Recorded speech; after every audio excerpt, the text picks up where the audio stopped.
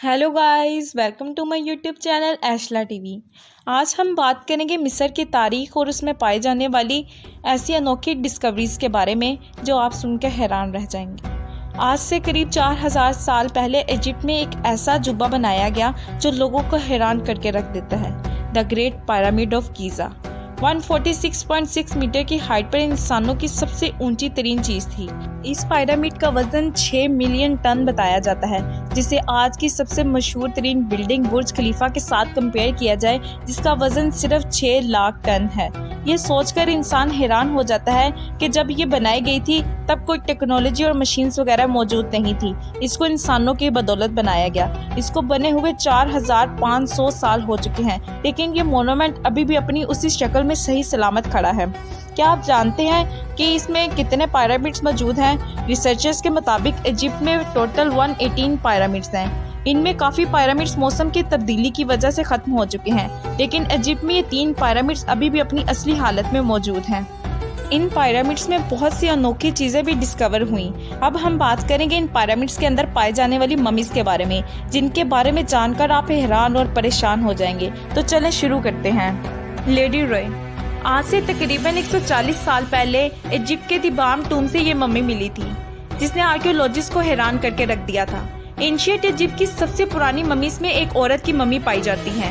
तहकीक से ये मालूम होता है कि 3400 साल पहले लेडी रॉय करीब 35 साल की उम्र में मरी थी, और ऐसा मालूम होता है कि ये किसी रानी की लेडी नर्स या मेड हुआ करती थी। एक चीज़ ने आर्कियोलॉजिस्ट को हैरत में डाल दिया था, वो लेडी रॉय के बाल थे, जो हजारों साल गुजरने के बाद भी अच्छी तरह प्रिजर्व थे। उसके कुछ बालों के हिस्से ऐसे भी थे जैसे मालूम होता था कि चंद दिन पहले ही निकले हों। जिस हेयर स्टाइल के साथ लेडी रॉय को प्रिजर्व किया गया था वो अभी तक वैसा ही था। लेडी रॉय के बाल वैसे ही थे जैसे कि मरने से पहले थे। इसके बालों को बहुत अच्छी तरह प्रिजर्व किया गया था। इस चीज़ ने आर्कियोलॉजिस्ट को बहुत हैरान कर दिया था। अब हम बात करेंगे इजिप्ट के एक लीडर जिसका नाम रैमसेस II था। ये एंशिएंट इजिप्ट का सबसे मशहूर तरीन लीडर था। इसने दूसरे लीडर्स के मुकाबले में बहुत देर तक बादशाहत की, और जब ये मरा इसकी उम्र 90 ईयर्स थी। रैमसेस II 1881 में इजिप्ट के छोटे गांव सकारा से मिला था। ये वो जगह थी जहां सिर्फ एंशिएंट क्वींस और किंग्स को दफन किया जाता था। जिन आर्कियोलॉजिस्ट ने मम्मी को निकाला था, इनका कहना था कि रैमसेस II अपने दौर में बहुत पावरफुल हुआ करता था। हजारों साल बाद भी इसकी मम्मी काफी ताकतवर नजर आ रही थी। इजिप्ट में रैमसेस II के बहुत बड़े बड़े स्टैचूज भी मौजूद हैं, जिससे इस बात का अंदाजा होता है कि वो बहुत ही पावरफुल लीडर रहा होगा अपने दौर का। रिसर्चर्स के DNA टेस्ट के मुताबिक रैमसेस II 150 बच्चों का बाप था। 1974 में इस बात पर गौर किया गया कि रैमसेस II की मम्मी खराब हो रही है, जिसकी वजह से ये फैसला लिया गया कि इसकी मम्मी को फौरन पेरिस ले जाया जाएगा, जहां पर इसका ट्रीटमेंट होगा। लेकिन इंटरनेशनल रूल्स के मुताबिक इंसान जिंदा हो या मुर्दा, इसका पासपोर्ट होना जरूरी है, जिसकी वजह से इजिप्ट सरकार ने रैमसेस II को पासपोर्ट इशू किया, जिसमें इसको किंग का दर्जा मिला। ये पहला इंसान था जिसका मरने के बाद पासपोर्ट इशू किया गया था। पेरिस में इस रैमसेस II की बॉडी को प्रिजर्व करने और उसका ट्रीटमेंट करने के लिए ले जाया जा रहा था। पेरिस में लैंड करते वक्त भी पेरिस की मिलिट्री ने इसका भरपूर वेलकम किया था, जिसके बाद बड़े ही एहतियात से रैमसेस II का ट्रीटमेंट किया गया। The next is Tutankhamun. Tutankhamun की मम्मी की डिस्कवरी भी एक बहुत बड़ी डिस्कवरी थी। इसकी मम्मी को ढूंढने वाले हैरान थे, जो कि जमीन से 20 फीट नीचे से मिला था। टूटनखामून एंशिएंट इजिप्ट का सबसे छोटा किंग था, जिसको सिर्फ 9 साल की उम्र में ही बादशाहत की गद्दी मिल गई थी। इसकी मम्मी 1922 में किंग्स वैली के एक टॉम से मिली थी, जहां मम्मीज के साथ साथ बेशुमार खजाना भी मिला, जिसकी वजह से इस तख्लीक ने पूरी दुनिया को हैरत में डाल दिया था। 19 साल की उम्र में ही मर जाने वाले किंग के टूम के बारे में ये माना जाता है कि इसके अंदर किसी बदरूहों और आत्मा का बसेरा है, जो कि मम्मी और खजाने को बचा रहे हैं। इजिप्ट में किंग ममीज के साथ सोने और जवाहरात रखे जाते थे, और ये समझा जाता था कि इनके बनने के बाद ये सब चीज़ें इनके काम आएंगी। लॉर्ड लारनारवोन वो शख्स था जिसने इस मम्मी को ढूंढने में फंडिंग्स दी थी। किंग की मम्मी के मिलने के चंद दिन बाद ही मच्छर के काटने की वजह से इसकी मौत हो गई थी। लॉर्ड लारनारवोन की मौत ने सबको हैरत में डाल दिया था। इजिप्ट की एक एंशिएंट जगह उम्मुल बुरीजात में आर्कियोलॉजिस्ट की एक टीम काम कर रही थी जिनका टारगेट खजाना ढूंढना था या फिर ममीज़ की डिस्कवरीज था। लेकिन ना तो इनको खजाना मिला और ना ही मम्मी, बल्कि इसकी जगह इनको एक या दो नहीं बल्कि 100 से ज़ायद क्रोकोडाइल्स की ममीज़ मिली। ये हज़ारों साल पुराने थे जिनको इंतहाई अच्छे तरीके से प्रिजर्व किया गया था। पहले तो आर्कियोलॉजिस्ट हैरान थे कि इंसानों की जगह क्रोकोडाइल्स को प्रिजर्व क्यों किया गया है, लेकिन बाद में क्रोकोडाइल्स के कोफन से कुछ ऐसी चीज़ें मिली जिन पर कुछ लिखा हुआ था। आर्कियोलॉजिस्ट क्रोकोडाइल्स की ममीज़ से ज़्यादा उस चीज़ में इंटरेस्टेड थे जो कि उनके कॉफिन्स पर लिखी हुई थी। आखिर एंशिएंट इजिप्टियंस का इन क्रोकोडाइल से क्या वास्ता था और इनको इतने अच्छे तरीके से क्यों प्रिजर्व किया गया था। सर्च से ये साबित हुआ कि एंशिएंट इजिप्टियंस क्रोकोडाइल्स को खुदा मानते थे क्योंकि वो उनके लिए बहुत ही ताकत का सिंबल होते थे। इजिप्ट में जो आर्ट वर्क किया गया था उसमें क्रोकोडाइल्स की काफ़ी तस्वीर भी मौजूद हैं।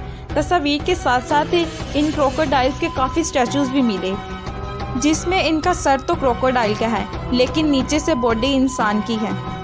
इसलिए इनको काफ़ी अच्छे और शानदार तरीके से प्रिजर्व किया गया था क्योंकि ये एंशिएंट इजिप्टियंस के लिए बहुत ज़्यादा अहमियत के हामिल थे। इन क्रोकोडाइल्स के ममीज़ की डिस्कवरीज के साथ साथ आर्कियोलॉजिस्ट को कुछ और भी मिला। कैज़ल्स ममीज़। आर्कियोलॉजिस्ट को काफ़ी हिरणों की ममीज़ भी मिली थी।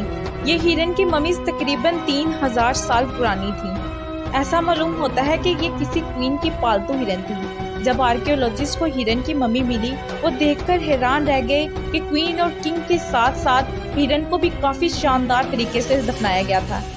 जिस तरीके से किंग को दफनाया गया वैसे ही इसे भी शानदार तरीके से दफनाया गया था। हिरन की मम्मी को काफ़ी अच्छे तरीके से प्रिजर्व करके और शानदार तरीके से दफनाया गया था जैसे कि दूसरे किंग्स और क्वींस को दफनाया जाता था। Mud mummy. इंसानों के बॉडी को प्रिजर्व करने के लिए एक ख़ास केमिकल का इस्तेमाल किया जाता था जिसे रेजिन्स भी कहा जाता है। इसके बहुत महंगे होने की वजह से सिर्फ अमीर लोग ही इसे खरीद सकते थे।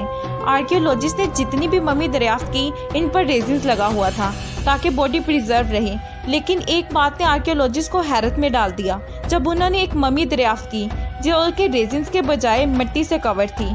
ये मम्मी एक औरत की थी जो कि 25 साल की उम्र में ही मर गई थी। इसके पूरे कॉफन पर सिर्फ मिट्टी नहीं थी बल्कि इसकी मिट्टी के साथ कुछ और भी मौजूद था जिसने इन्हें तशवीश में डालकर रख दिया था।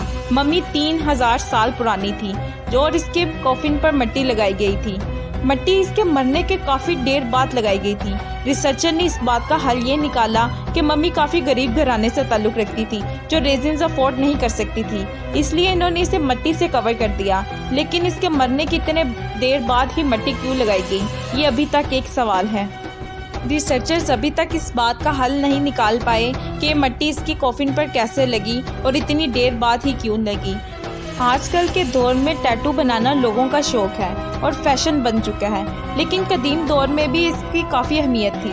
Mummy with tattoo. इजिप्ट के डेर अल मदीना के मुकाम पर आर्कियोलॉजिस्ट को 7 औरतों की ममीज़ मिली जिनकी बॉडी पर टैटूज देखे गए हैं। एक मम्मी की बॉडी पर 30 से ज़ायद टैटूज देखे गए हैं। आर्कियोलॉजिस्ट का कहना है कि उन्होंने आज से पहले कभी किसी मम्मी की बॉडी पर टैटूज नहीं देखे, लेकिन ये कहना गलत हो सकता है। एंशिएंट इजिप्टियंस बहुत कल के दौर में जी रहे थे। एंशिएंट इजिप्टियंस जो अपने हर टूल को डेकोरेट करने में महारत रखते थे। किंग्स वैली से लेकर गीज़ा के हिडन चैम्बर में डेकोरेशन नज़र आती है।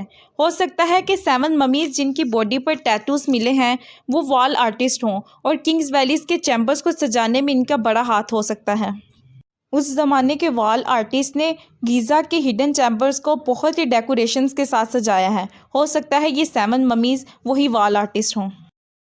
काइंडली चैनल को लाइक, सब्सक्राइब और कमेंट्स लाजमी कीजिएगा।